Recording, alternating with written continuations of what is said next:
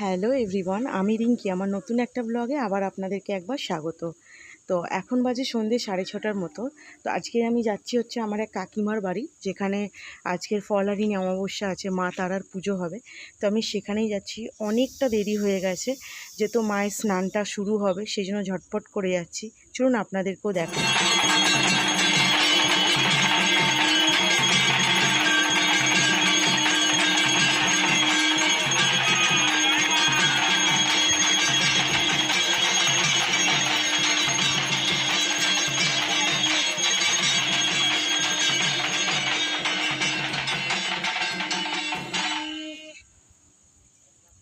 এই যে মায়ের স্নানটা হয়ে গেছে, তো এটা দেখব বলেই আমি অনেকটা তাড়াহুড়ো করছিলাম। এটা না আমি কোনোদিনই দেখিনি মাকে কিভাবে স্নান করানো হয়। এই যে দেখুন, আর যেহেতু আমি দেখছি সেই জন্য আপনাদেরকেও আমি দেখাবো না, এটা কখনো হতে পারে?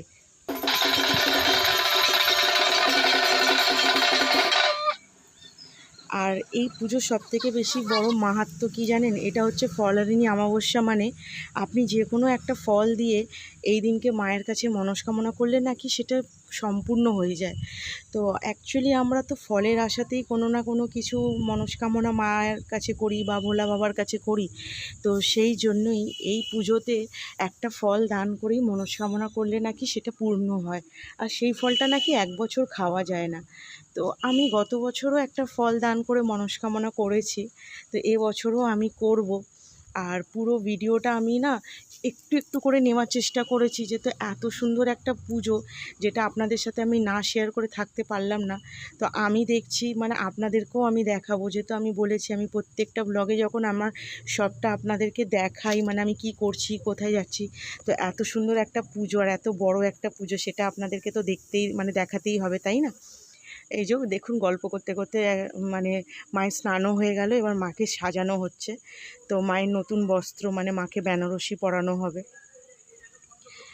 আর এই জায়গার, মানে যেটা একটা জিনিস আমি আপনাদেরকে বলতে চাই, এইসব পুজো না মানে সবাই দেখতে চাইলেও মানে দেখতে পায় না। মানে সব কিছুরই বলেন একটা মানে ভাগ্য থাকা দরকার, এটাই হচ্ছে ব্যাপার। তো আজকে না আমি আমার মাকে অনেক অনেক রিকোয়েস্ট করেছিলাম, যেহেতু মাকে আমি বলেছিলাম, মা এই পুজোটা একবার তুমি দেখো, মানে এত সুন্দর পুজো হয়তো তুমি কখনো দেখোনি বা দেখতে পারবে না। তো আমার মা সমস্ত কাজ বাজ করে মিটিয়ে আজকে এসছে আমার বাড়িতে পুজো দেখবে বলে।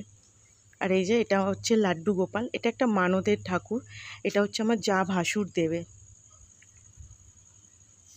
দেখুন মাকে পুরো সাজানো হয়ে গেছে ফুলে গয়নায়, মা যেন একদম অপরূপ সুন্দরী হয়ে উঠেছে। দেখুন, মানে মা যেন সত্যিকারে একদম যেন জ্যান্ত দাঁড়িয়ে একদম যেন জ্বলজ্বল করছে। মানে আমি যখন মায়ের সামনে দাঁড়াই, আমার না কি জানি কেন মানে খুব কান্না পায়, যেন মনে হয় মানে কি বলবো, মানে কিছু বলার নেই। এটা আমার সাথে হয়, জানি না আর কারোর সাথে হয় কি না, আমার চোখ থেকে পুরো জল এসে যায়। তো এই যে, আর সবথেকে বড় কথা, আমি না আজকের অনেক কিছু মায়ের মানে জোগাড়জাটিতে আমি থাকতে পেরেছি। এই যে মানে 10 রকমের থালা, গ্লাস, বাটি, মানে 10 রকমের শাড়ি, সমস্ত কিছু ঠাকুরমশাই আমাদের বলে বলে দিয়েছে কিভাবে কি করতে হবে। দেখুন আমরা সমস্তটা সবাই মিলে আয়োজন করেছি, গুছিয়েছি, খুব ভালো লাগছিল। মানে মায়ের জন্য কিছু করতে পারা, মানে এটা একটা আমার কাছে বিশাল পাওয়া। তো এই যে আমিও করতে পেরেছি এবছর। এই যে লাড্ডু গোপালের নামে আজকের লুট দেবে এখানে, বাতাসা লুট। মানে এখন বাজে প্রায় 2:30-এর মতন, যজ্ঞ হচ্ছে, সেটাই আপনাদের সাথে আমি শেয়ার করছি। আপনারা একদম স্কিপ না করে এই যজ্ঞটা খালি দেখুন।